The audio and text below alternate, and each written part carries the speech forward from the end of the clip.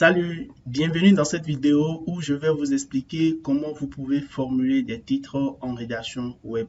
Alors cette vidéo est adressée à des gens qui veulent apprendre à formuler des titres, que ce soit s'ils sont rédacteurs web ou bien que ce soit s'ils sont blogueurs.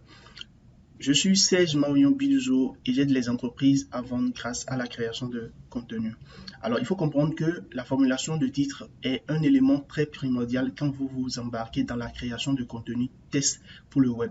Parce que la plupart des internautes ne lisent pas votre article. Ils lisent d'abord le titre.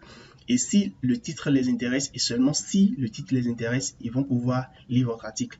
Et il est estimé que 8 sur 10 personnes, 8 seulement, se contentent de lire le titre et c'est seulement 2 personnes sur 10 qui vont véritablement lire votre article. Ça veut dire que vous avez plus de chances de vous faire lire si votre titre est bon.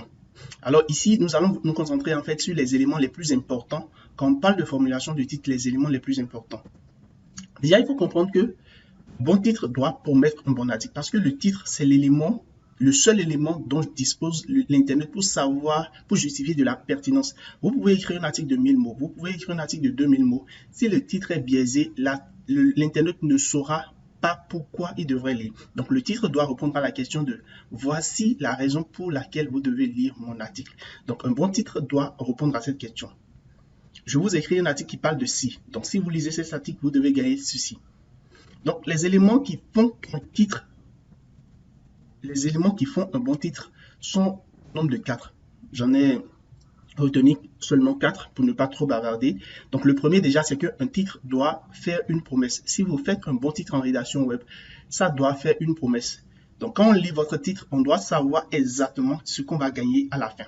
Donc un titre ne doit pas être fade, un titre ne doit pas être tout simplement un élément qu'on met la formulation de titre en rédaction web. Ça, c'est trop fade. Mais ce que vous pouvez dire plutôt, c'est de dire comment écrire des articles, des titres d'articles. Ou bien 12 astuces pour écrire des titres d'articles. Ça, par exemple, ça fait une promesse. Le lecteur sait que quand il va lire votre article, il va apprendre à écrire des titres d'articles. Donc ça, il faut faire une promesse dans votre titre. Le deuxième élément qui fait qu'un titre est bon, c'est s'adresser au lecteur. Dans votre titre, on doit sentir que vous vous adressez à une personne. Parce que la rédaction web a le propre d'être adressé, de s'adresser à une seule personne. Parce que l'internaute se retrouve être seul devant son écran pour lire votre article. Et vous ne savez pas où il est. Peut-être il est pressé, peut-être il est en train de faire quelque chose, il n'a pas forcément le temps. Donc votre titre doit forcément l'interpeller de façon active pour qu'il puisse lire votre article. Donc vous devez vous adresser à ce lecteur-là. Le troisième élément qui fait un bon titre, c'est de prendre en compte le mot-clé ou la requête clé.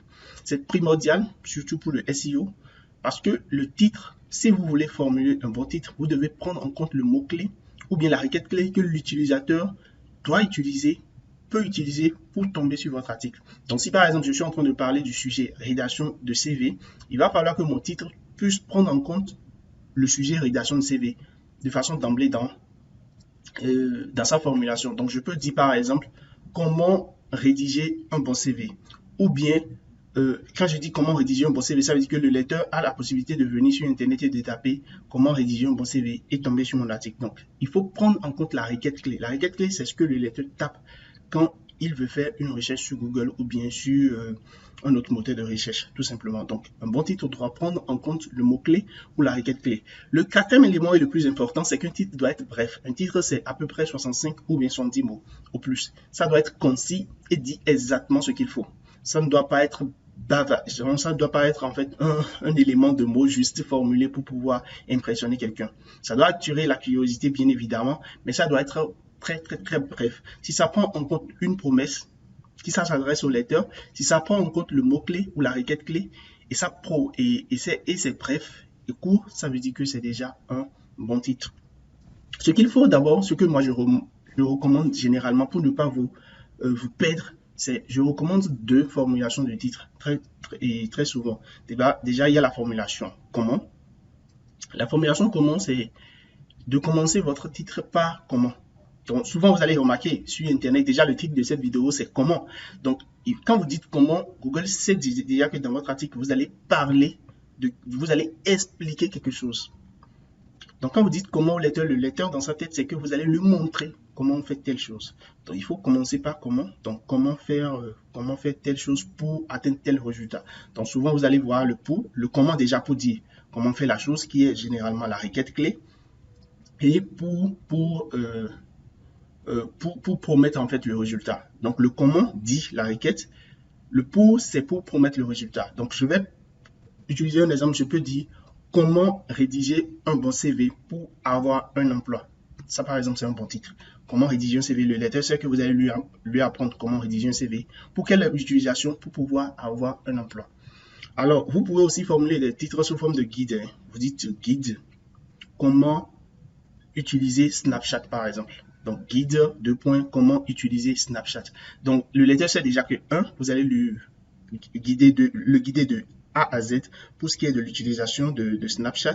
Et vous allez lui montrer comment, en fait, on peut utiliser Snapchat. Donc, c'est très important de formuler les titres de cette manière-là. La deuxième étape que vous pouvez utiliser, la deuxième formulation que vous pouvez utiliser, que je vous recommande, c'est que de formuler les titres sous forme d'étapes. Donc, vous allez souvent entendre et vous allez souvent voir les titres de façon de cette manière de faire telle chose. Cette manière d'utiliser Facebook pour développer son entreprise. Le top 10 des make-up qui marchent en 2020. Les 5 lois de la nature que vous devez respecter. 7 étapes pour réussir son CV. 10 idées d'entreprise pour commencer à partir de 0 francs. Donc, ça peut être aussi des formulations de cette façon-là. Si par exemple, je reprends l'exemple de comment écrire des articles, des titres d'articles, je peux aussi dire 10 astuces pour écrire des titres d'articles. C'est absolument la même chose.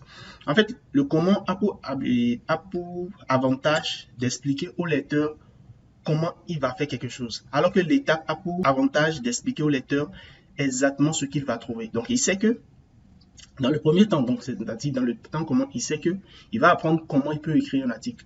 Dans le deuxième temps, il sait que il va apprendre exactement 10 étapes ou bien il va apprendre exactement cette manière de faire telle chose pour pouvoir atteindre tel résultat. Donc, et comment pour lui dire que vous allez lui apprendre quelque chose de façon concrète et étape pour lui expliquer que vous allez lui dire exactement telle chose pour pouvoir lui permettre d'atteindre tel résultat. Alors, merci beaucoup. Merci d'avoir suivi cette vidéo jusqu'à la fin. Je promets souvent en fait un bonus dans toutes mes vidéos, donc je vous promets en fait de lire la description pour pouvoir y trouver. Abonnez-vous à la chaîne et suivez-moi sur les réseaux sociaux. Je m'appelle Serge Marion sur tous les réseaux sociaux, que ce soit sur Facebook, Instagram, Twitter, LinkedIn et tous les autres réseaux sociaux que vous trouvez, Pinterest et autres. Je suis présent et je m'appelle Serge Marion. À plus pour d'autres vidéos.